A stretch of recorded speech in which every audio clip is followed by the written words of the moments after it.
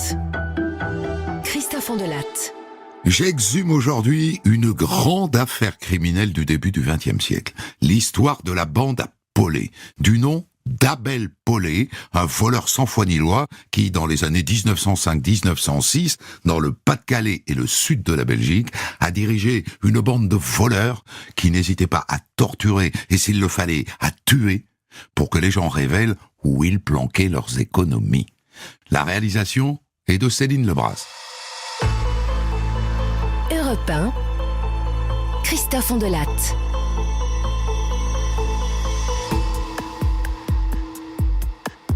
Je vous propose de lancer la machine à remonter le temps et de nous déporter un soir du mois d'août 1905 dans le Pas-de-Calais, à Laucon, un gros bourg près de Béthune. Et à Laucon, près de la station de tramway à vapeur, il y a un troquet. Vous le voyez mal parce que il fait nuit là. Mais vous voyez peut-être le panneau, la descente des voyageurs. Ce bistrot est détenu par un vieux couple au bout du rouleau, Adolphine et Frédéric Langlemetz, 79 et 80 ans.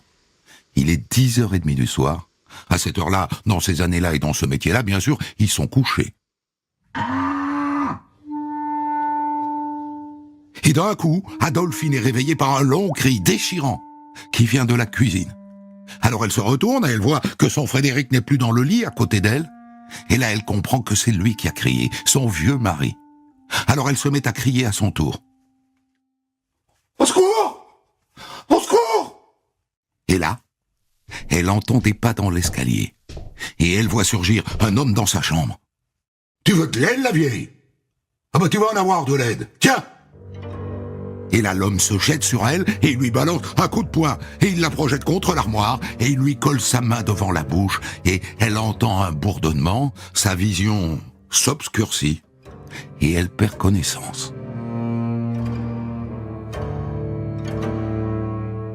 Quand elle se réveille, plus aucun bruit dans la maison. La pauvre vieille se traîne jusqu'à la cuisine. Et là, elle trouve son Frédéric un sac sur la tête. Il est mort. Et Adolphine, un peu sonnée, court chez ses voisins. « Oh, mon Dieu, ils ont tué mon Frédéric! Ils ont tué mon Frédéric! Ils ont tout pris! Ils ont pris tout l'argent, 1000 francs qu'on avait, et des pièces d'or! Elles étaient dans la commode! »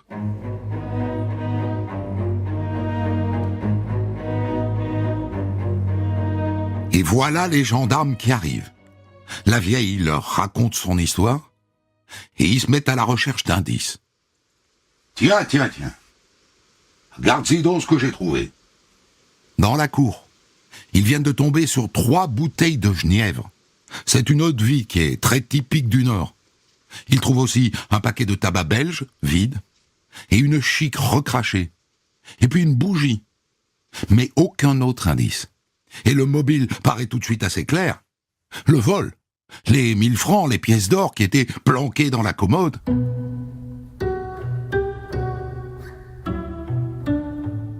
Il se trouve que cette affaire, par sa brutalité gratuite, en rappelle une autre, commise 7 mois plus tôt, dans la nuit du 17 au 18 janvier 1905, pas loin, hein, à 5 kilomètres, à Calonne-sur-la-Lys.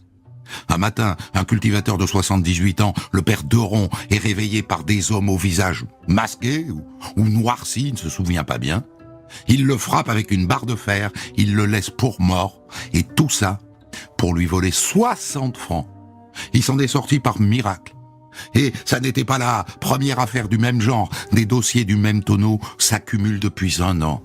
Des vols d'une grande violence, de jour et de nuit. Pour 10 francs cachés dans un pot, ou 500 francs planqués sous un matelas. Sauf que là, le père Langlemetz est mort. Il y a comme de l'escalade dans la violence.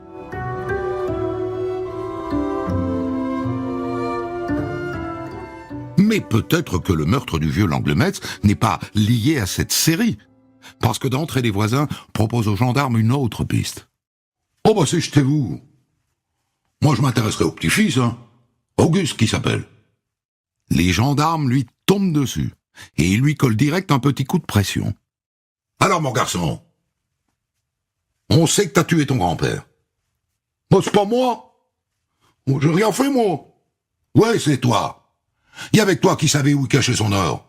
T'as même pas eu la patience d'attendre que tes grands-parents meurent. T'as préféré les dépouiller tout de suite. Ton grand-père t'a surpris, tu l'as tué. C'est un accident, à vous. Ah, on n'est pas très psychologue dans la maréchaussée, à l'époque. Auguste est tellement paniqué qu'il fait dans son pantalon. Véridique. Heureusement pour lui, il a un alibi. Et donc il est relâché dans la journée, et puis... plus rien. Fin 1905, ont lieu 4 autres cambriolages du même tonneau. Sans mort, mais d'une grande violence. Et puis le ou les voleurs changent de terrain. Début 1906, ils traversent la frontière et se mettent à sévir en Belgique, à Krombeek. Le 2 janvier, vers 7 heures du matin, les époux Louzy, 72 et 73 ans, viennent à peine de se lever. Ils sont en train de rallumer leurs poêles quand 3 hommes surgissent comme des diables. Le visage noirci, avec de la suie ou du cirage. « Votre argent, là ? Où qu'il est votre argent ?» Les 2 vieux sont paralysés. La mère Louzy hurle à son mari qui est sourd comme un pot. « Ils veulent de l'argent ! Ils veulent de l'argent ! Ils n'auront rien du tout. Ils n'auront rien. » Et là, le vieux Louzy est poussé à terre, il est en sang. Et ensuite les 3 hommes frappent sa femme et elle finit par lâcher. « Sous l'escalier ! Il y a de l'argent sous l'escalier !»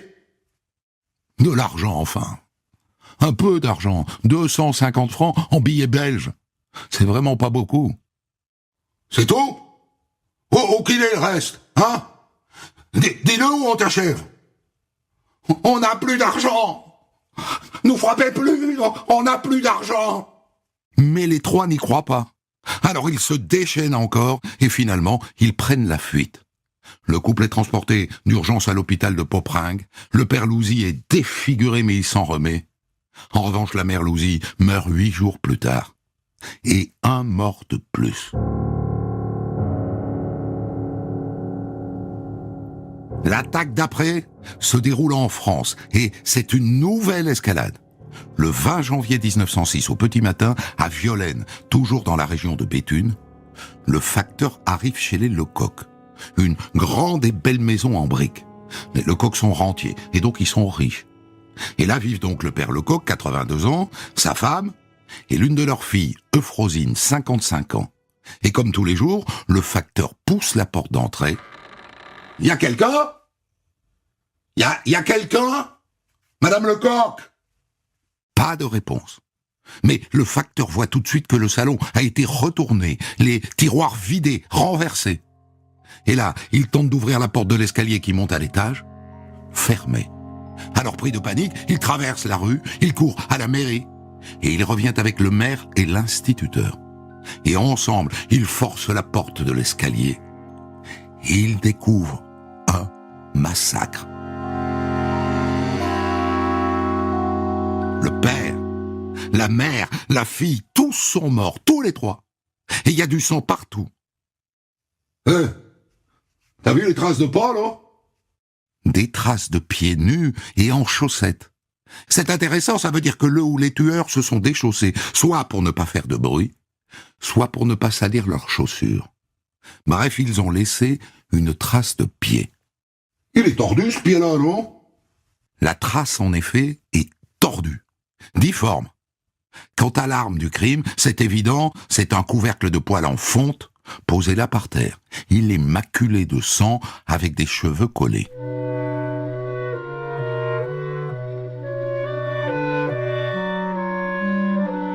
Dans la foulée, les villageois désignent aux gendarmes un type qu'ils ont vu près du village. « Ah ben, il avait du sang partout sur lui !» Et ce type, les gendarmes le retrouvent, et ils le ramènent. Et le gars manque de se faire lyncher.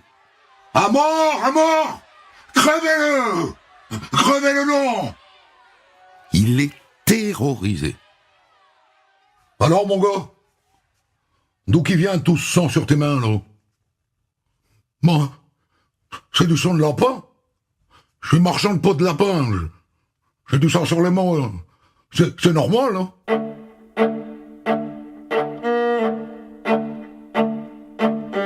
Et donc, ça n'est pas lui. Les gendarmes le libèrent immédiatement et il se retrouve gros-jean comme devant. Mais Ils n'auront pas le temps de se morfondre car l'enquête change de main. Le procureur la confie au policier d'Hazebrouck.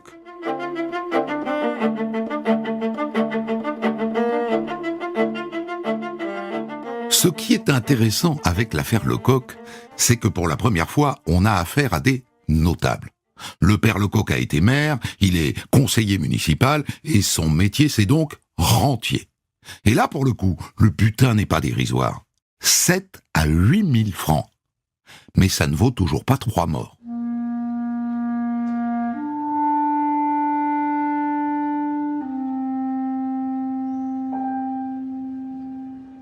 Le juge d'instruction fait coller des affiches sur tous les murs du département. Très important. Un assassinat suivi de vol a été commis à Violaine dans la nuit du 19 au 20 janvier sur 3 personnes, les époux Lecoq et leur fille. Et l'affiche fait la liste de tous les biens volés. Des bijoux, des montres, des billets de 1000 francs de la Banque de France, des pièces d'or de 40 et de 100 francs et des écus en argent.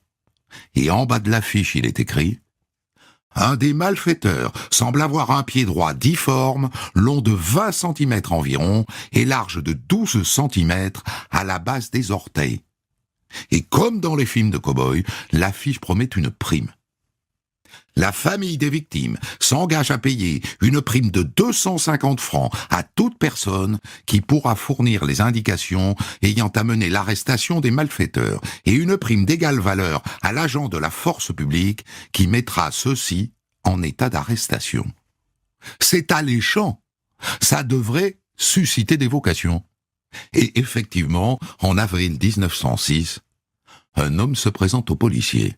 « Bah moi je sais qui a assassiné les Lecoq à Violaine. »« Ah bon, et qui est-ce ?»« C'est Abel Paulet. Je le connais bien, c'est mon beau-frère. »« Et vous êtes qui ?»« Auguste Patel. »« C'est grave comme accusation, ça, monsieur Patel. Qu'est-ce qui vous fait penser que votre beau-frère Abel Paulet est impliqué ?»« Bah, c'est pas que ça me fait penser ou quoi. C'est que j'en suis sûr. » Et là, Auguste Patel se met à raconter qu'il est mineur de fonds, à Neu-les-Mines, que ça fait des semaines qu'il est en grève, des semaines qu'il n'a pas touché un sou, qu'il a 2 enfants à nourrir, et que donc il est allé voir sa sœur, Julienne, laquelle est mariée à Abel Paulet. Et vous savez ce qu'elle m'a répondu ? Et elle m'a répondu, les temps sont durs et je peux rien pour toi. Ma sœur ? Ma pauvre sœur ? Tu parles ? Elle manque de rien, ma pauvre sœur. Alors il est allé voir son autre sœur, Angèle. Et là, Angèle s'est mise en colère et elle lui a fait des confidences. « Julienne, elle a refusé de te donner de l'argent. Oh, avec tout ce que son mari ramène, elle est gonflée celle-là. Quand tu vois d'où vient l'argent en plus. » Et c'est là que le beau-frère a découvert qu'Abel était un brigand. Et sa sœur lui a dit mieux que ça. Et puis c'est lui qui a estourbi la famille Lecoq, à Violaine. Et puis bien d'autres encore. Je vais te dire un truc. Son frère Auguste, il est aussi dans la bande. Ah bon ? Et qui d'autre ? Eh bien ma sœur m'a parlé d'un Canut. Canut, vraiment ou vraiment, je sais plus. Et qui d'autre ? Bah, elle m'a pas parlé d'autres noms. Mais j'y ai demandé si cet argent, elle en avait pris une partie. Elle m'a dit que non. Mais après, elle m'a filé 20 francs pour les marmots. Alors...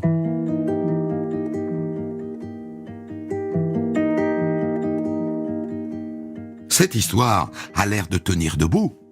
Alors les policiers préviennent immédiatement le procureur et il se rend en carte sur cet Abel Paulet. Et ils ne sont pas déçus du voyage. L'oiseau a déjà son petit palmarès. 7 condamnations au compteur. À 32 ans, c'est pas mal.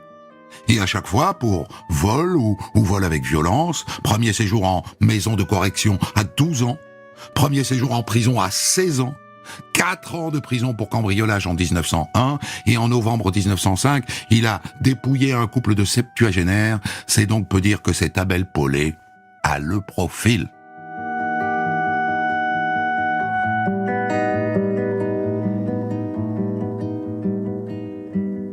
Le 3 mai 1906 à l'aube, la police encercle sa petite maison de briques à Hazebrouck. Et le commissaire lance l'assaut. Et sur le perron, les policiers tombent sur sa femme, Julienne. « Oh, mais vous n'avez pas le droit d'entrer ! Salaud de vache ! Sortez-moi de là !» Évidemment, pendant ce temps-là, son mari tente de filer par la porte de derrière, celle qui donne sur le jardinet, mais les policiers ne sont pas idiots, ils l'attendaient. Il est plaqué au sol et menotté. Fumier, va ! On trouve des plans de rue avec des flèches et des noms, et aussi des chaussures dont l'une est un peu difforme, comme la trace de pas retrouvée chez les Lecoq. Mais c'est tout. Pas de bijoux, pas de liasses de billets non plus, bref, pas de magots. Rien de plus que quelques piécettes. Sa femme Julienne est interrogée. « Bon, on économise comment on peut, quoi. Faut bien manger, quoi. » Et elle aussi est écrouée. Et dans la foulée, les Poulaga arrêtent aussi Auguste, le frère d'Abel Paulet, et sa femme Eugénie. Et tant qu'à faire sa sœur Céline et son mari, et puis le fameux Canu Vroman, dénoncé par le beau-frère, qui lui aussi a un joli pédigré, il est connu depuis tout petit pour des vols et des cambriolages. Et puis sur la lancée, les Poulets arrêtent aussi un certain Théophile Deroux, alias Charlot, car tous les voisins disent qu'ils sont inséparables avec Abel Paulet. Et lui aussi, Philo Niouf. Je vous épargne l'arrestation de quelques demi-celles, bref, au total, 19 personnes se retrouvent derrière les verrous, soupçonnées d'appartenir à cette bande qui terrorise la région et le sud de la Belgique depuis des mois.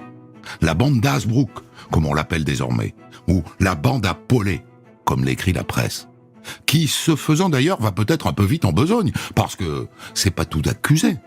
Mais maintenant, il faut des preuves. Il faut prouver que ces 19-là forment une bande responsable de toutes ces agressions. Et il faut déterminer qui a fait quoi.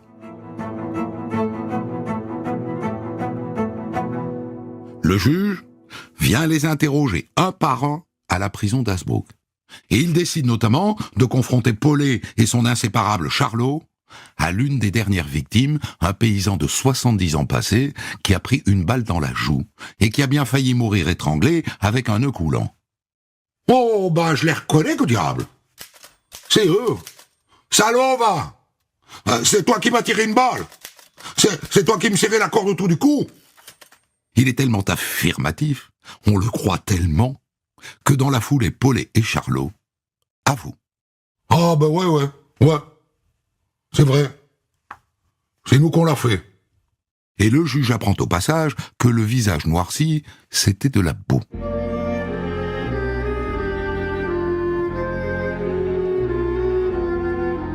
Le lendemain, le juge recueille le témoignage d'un jeune homme qui a connu Abel Paulet juste avant le meurtre du vieux Langlemetz, le premier mort. Et voilà ce qu'il dit. « Ah ben, c'était début août, quoi.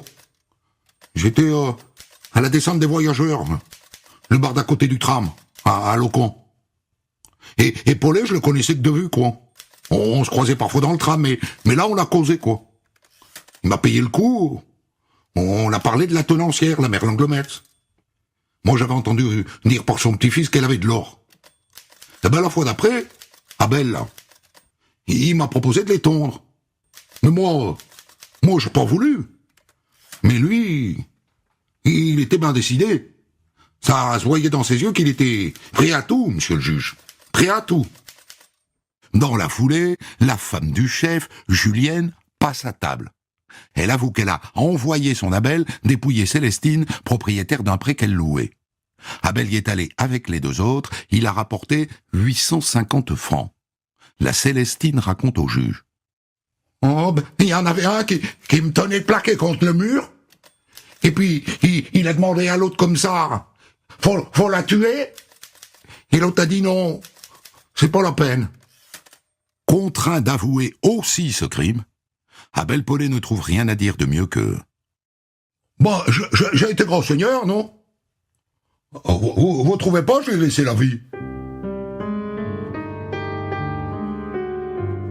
Évidemment, parmi les 19 qui sont en tôle, chacun cherche à sauver sa peau. Alors, ils se mettent à balancer et à charger Abel Paulet. Et le summum est atteint quand en mai 1906, Auguste Paulet, le propre frère d'Abel, accuse Abel d'être l'auteur du meurtre du père Langlemetz au bistrot La Descente des Voyageurs. Oh bah, il s'en est vanté lui-même. Il m'a dit qu'il avait 3 Belges avec lui.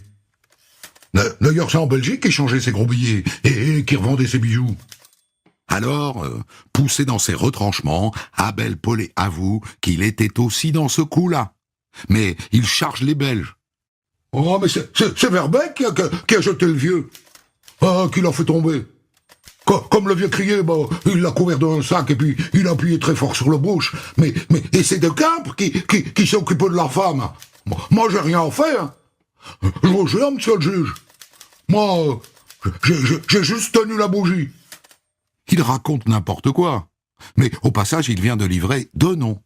2 Belges, Verbeek et De Camp, qui sont immédiatement arrêtés par la police belge.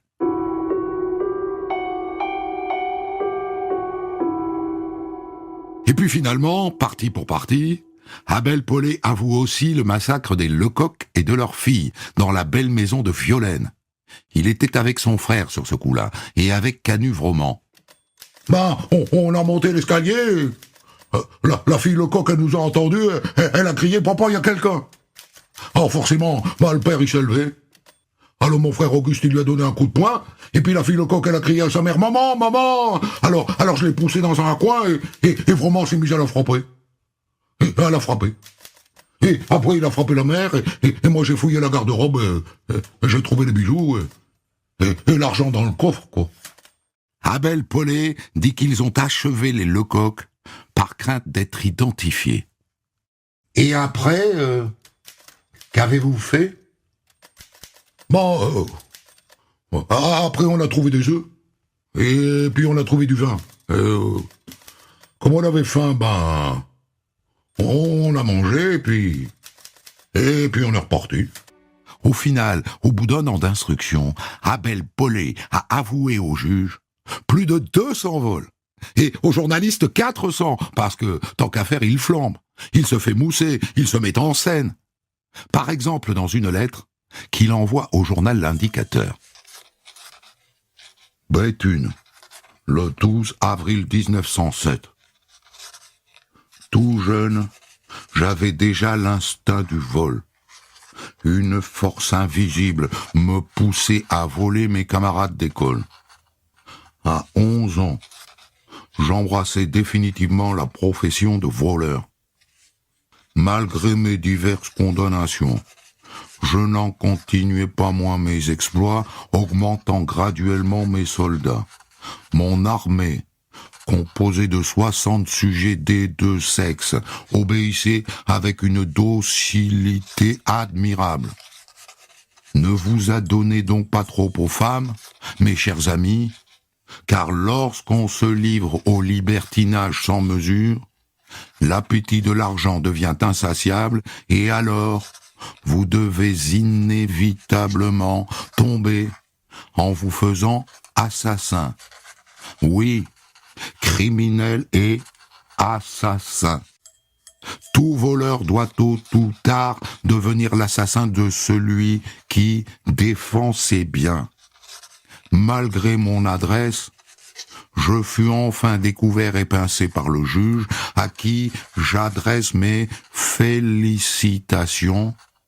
Je demande pardon à ceux à qui j'ai supprimé l'existence. Là, je ne me reconnais plus pour le noble voleur, mais pour la brute qui a ôté la vie à son semblable.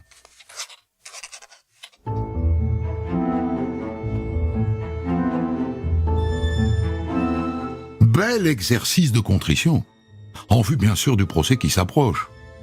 En juin 1908, Abel Pollet et toute sa bande se retrouvent devant la cour d'assises de Saint-Omer pour 5 assassinats, 7 tentatives d'assassinat et 114 vols ou tentatives de vol, dont beaucoup avec violence. Il faut 2 omnibus et 2 fourgons pour transférer tous les accusés à la prison de Saint-Omer et ensuite au palais de justice. Il a fallu faire des travaux. Et pendant des jours et des jours, le président fait défiler les témoins. Certains, les plus âgés, ne parlent parfois que le patois picard, alors il faut un interprète. Et au fur et à mesure, on se retourne vers Paulet, qui doit dire qui était là, et où, et quand. C'est lui qui fait la pluie et le beau temps parmi ses complices. C'est lui qui distribue les bons et les mauvais points. Et on s'attarde bien sûr sur le massacre de Violaine, les Lecoq, le père, la mère et la fille. Et là, c'est Canuves-Roman qui raconte comment, par exemple, il a frappé la fille Lecoq avec le couvercle de la poêle en fonte. Bah, elle se défendait. Oh, alors je l'ai frappé encore, quoi. Puis vient le moment du délibéré. Et là, c'est une tannée, hein. Parce que les jurés doivent examiner 118 chefs d'accusation. Ils doivent répondre à 998 questions. C'est très long. Et enfin tombe le verdict. Sur les 28 accusés, 4 sont condamnés à mort. Abel et Auguste Paulet, Canuves-Roman et Théophile Deroux, dit Charlot. Céline Paulet, la sœur d'Abel et d'Auguste, qui savait tout, qui n'a rien dit et qui a accepté l'argent de tous les vols, prend 20 ans de travaux forcés. Et les autres prennent entre 3 et 8 ans.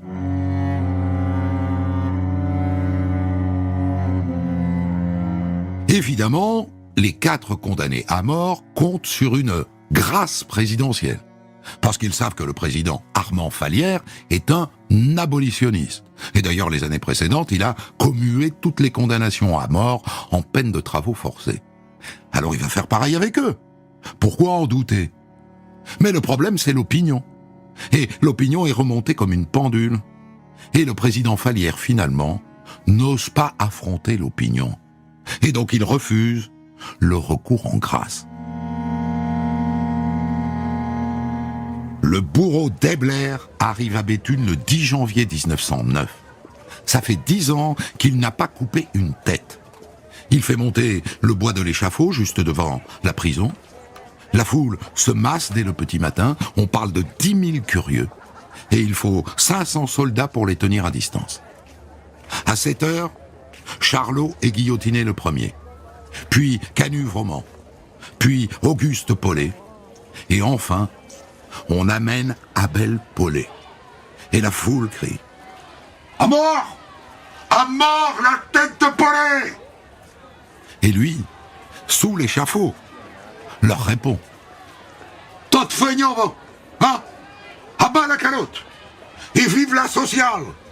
Le couperet de 65 kilos tombe, suivi d'un grand silence. Et comme toujours à l'époque, dans les jours qui suivent, la bande à Paulet a droit à sa complainte, à sa chanson, en français et en flamand. Pour commenter son histoire du jour, Christophe Ondelat reçoit un invité, acteur direct de son récit.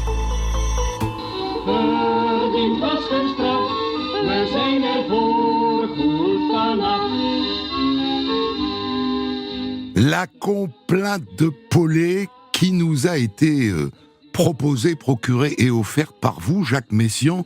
Vous qui connaissez bien cette histoire, puisque vous lui avez consacré un livre qui s'appelle L'affaire Paulet, aux éditions Ouest France. Où est-ce que vous l'avez déniché, cette complainte, monsieur Messiaen ? Ah, c'est quelque chose de fabuleux. C'était lors d'une interview sur une autre radio. J'avais souhaité donc connaître cette complainte. J'en connaissais l'existence puisque je connais aussi une version en français, sur un autre air, sur un air connu de l'époque. Mais là, un de mes auditeurs, pendant le temps mort, m'a envoyé un petit coup de fil en disant voilà, je vais vous envoyer une copie de la complainte de Paulet en flamand. Et c'est joli, c'est très gai, c'est sur un air de valse. Forcément, tout le monde est content à l'époque de se débarrasser d'un voyou qui a beaucoup sévi dans ma région, à Hasbrouck, donc dans le nord, comme vous l'avez précisé, et puis aussi au sud de la Belgique. Il avait la chance d'avoir la frontière, ça lui permettait d'avoir des complicités et d'avoir des recours pour se disculper de certains faits. Alors, 2 mots sur vous, parce que vous n'êtes pas un historien professionnel, vous avez été instituteur, comme on disait à l'époque, et puis directeur d'école, et là vous êtes à la retraite, vous l'avez dit vous-même, vous êtes du coin, vous êtes de la région d'Hasbrouck, vous êtes un gars du Pas-de-Calais, et donc vous avez décidé de vous plonger... Du Nord. Ah, du Nord, pardon. Si je peux me permettre, je suis en fait un flamand de France. D'accord. Et donc vous avez décidé de vous plonger à la retraite dans l'histoire locale. Comment est-ce que vous êtes tombé sur cette histoire ? j'écris en fait depuis bien avant ma retraite. C'était pas incompatible avec mon métier d'instituteur, comme vous l'avez rappelé. C'est un ami archiviste qui m'a donné un jour un dossier très épais sur l'affaire Paulet en me disant un jour Jacques tu devras en faire un roman. Mais c'était trop épais, j'ai dit il faut être complètement fou pour décortiquer tout ça et établir quelque chose de lisible. Donc vous l'avez mis dans un coin, quoi. Je l'ai mis dans un coin de ma bibliothèque, mais tout au fond. Et un jour, je me suis décidé, j'ai dit, tiens, au fond, ce serait pas mal. J'avais acquis une certaine expérience de l'écriture. Je me suis dit, c'était un bon sujet. C'était une façon aussi de rendre hommage à ma marraine, dont les parents hébergeaient de temps en temps les Paulets dans leur estaminet. Ils se terraient dans un coin pour fomenter, évidemment, un coup ou un autre. Et ma marraine me parlait de la bande à Paulet, comme des vieilles personnes auraient parlé du croque-mitaine et d'autres êtres maléfiques, quoi, disons. Chez nous, c'était les Paulets. Donc cette histoire était dans votre patrimoine, en fait.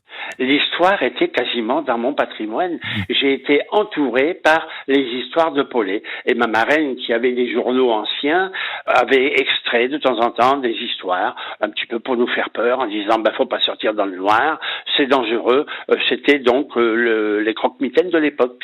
Alors, ce qui frappe, Monsieur Messiaen, dans cette histoire, c'est la brutalité, c'est la sauvagerie de cette bande. Ils tuent parfois pour 15 francs. Quel est le contexte? Comment est-ce qu'on peut expliquer leur veulerie, en vérité?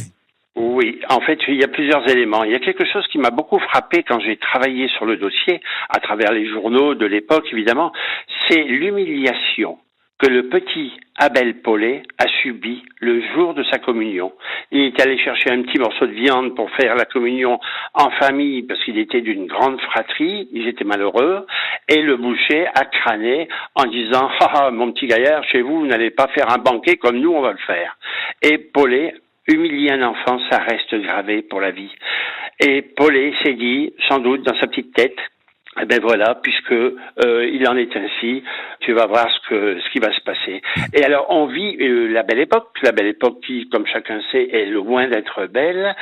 C'est une époque de grève. On parle des méfaits des Apaches dans la région parisienne ou sur l'île, dans le nord. On parle beaucoup de misère. Et puis il y a beaucoup de cheminots qui traînent d'un point à un autre, qui marchent de nuit, qui voient s'il n'y a pas quelque part une lumière éclairée et pour voir s'il n'y aurait pas quelque chose à gratter. Donc le petit moteur d'Abel Paulet, parce que c'est lui qui entraîne les autres, son petit moteur à lui, et peut-être aussi d'ailleurs leur petit moteur aussi aux autres, c'est la misère, quoi. C'est la misère, tout à fait. Mais il n'est pas tout à fait mauvais, Paulet, s'il fallait le réhabiliter un petit peu. C'est qu'un jour, il a volé 100 francs. N'oublions pas que 100 francs, à l'époque, ça fait 400 € pour nous maintenant, en gros. Et il a volé 100 francs et il s'en vante à l'estaminet où il se rassemblait avec ses camarades. Il s'en vante et un de ses camarades lui reproche, lui dit « C'est quand même pas bien, t'as volé à des pauvres gens ». La nuit suivante, il est retourné chez ces pauvres gens. Non seulement il lui a rendu les 100 francs, mais il en a rajouté 100 de plus. Vous voyez, donc il n'avait pas forcément un mauvais fond. Oui, il y a un côté assez chevaleresque qu'on voit d'ailleurs dans ce courrier qu'il adresse à la presse, qui est un moment absolument délicieux. D'abord, il savait donc bien écrire, parce que la lettre est bien écrite. Oui, parce que c'était un bon élève, c'était un bon petit père, comme on dit chez nous. Bon élève à l'école et bon élève au catéchisme. Vous voyez, donc c'était quelqu'un qui n'était pas mauvais au fond de lui-même. C'est la société qui l'a rendu mauvais. Là, je pense évidemment à Jean-Jacques Rousseau, et sa phrase célèbre. Paulet s'est toujours vengé donc des nantis. Voilà. Et puis l'engrenage a fait que il s'est retrouvé guillotiné. C'est pas l'explication qu'il donne, lui. Lui, l'explication qu'il donne, ce sont les femmes. Trop aimer les femmes l'amène à devoir voler, et voler l'amène à devoir tuer. En gros, c'est ça qu'il dit dans sa lettre. Oui, parce qu'il avait une maîtresse particulièrement exigeante, c'est Louise Matoret, qui était friande de bijoux, et il volait pour mieux la courtiser, pour lui faire plaisir et pour lui montrer qu'il était grand seigneur, qu'il était capable de lui rendre la vie belle. Et en même temps, il y a beaucoup de lucidité aussi dans cette lettre quand il dit « À force de voler, un jour on doit tuer ». Oui. Vous avez bien cité sa phrase, c'est vrai que c'est une phrase mémorable, je l'ai encore en tête, c'est que tout voleur voulant naturellement éviter de se faire reconnaître doit, tôt ou tard, dans un moment de crainte ou d'aveuglement, de férocité, c'est à peu près ça qu'il a écrit, doit devenir l'assassin de celui qui défend son bien. Je crois qu'un assassin, un voleur, quand il voit qu'en face de lui on se défend pour garder le bien, eh bien le voleur finit par tuer vraiment. Il espère toujours qu'on ne le retrouvera pas, quoi, disons. C'est une mauvaise philosophie, évidemment, on ne peut pas approuver.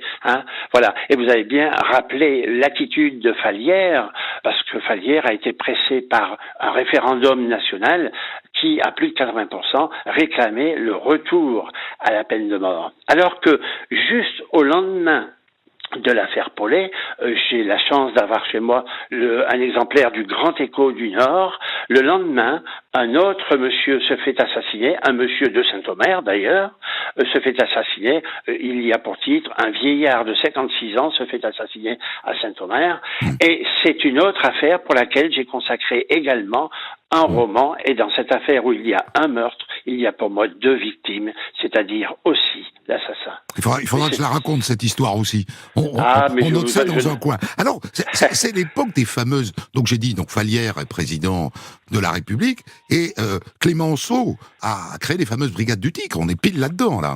Oui, tout à fait, tout à fait. Alors, pour l'anecdote, je me suis retrouvé un jour à un mariage à côté d'un policier de haut niveau qui est à Lille et qui est au service du centre médico-légal. Oui. Et il me dit, il a décliné son nom, il s'appelle Paulet, comme par hasard, il a décliné son nom, il m'a dit, Jacques, si tu veux un jour, tu viens chez moi, je te montrerai des choses étonnantes. Et c'est vrai que, d'abord des choses étonnantes, il y en a qu'on ne peut pas voir au centre médico-légal, c'est la tête des 4 guillotinés qui sont conservés dans la cave, dans du formol. Pardon ?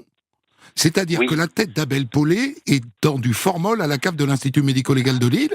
Comme de ses 3 compères, et la tête de Paulet a même fait l'objet d'une sculpture qui est exposée dans un musée à Lille. Je sais, je vais aller passer mes prochaines vacances. Je vous remercie infiniment, Jacques Messiaen. Je rappelle le titre de votre livre, L'affaire Paulet, aux éditions Ouest France. Des centaines d'histoires disponibles sur vos plateformes d'écoute et sur europe1.fr.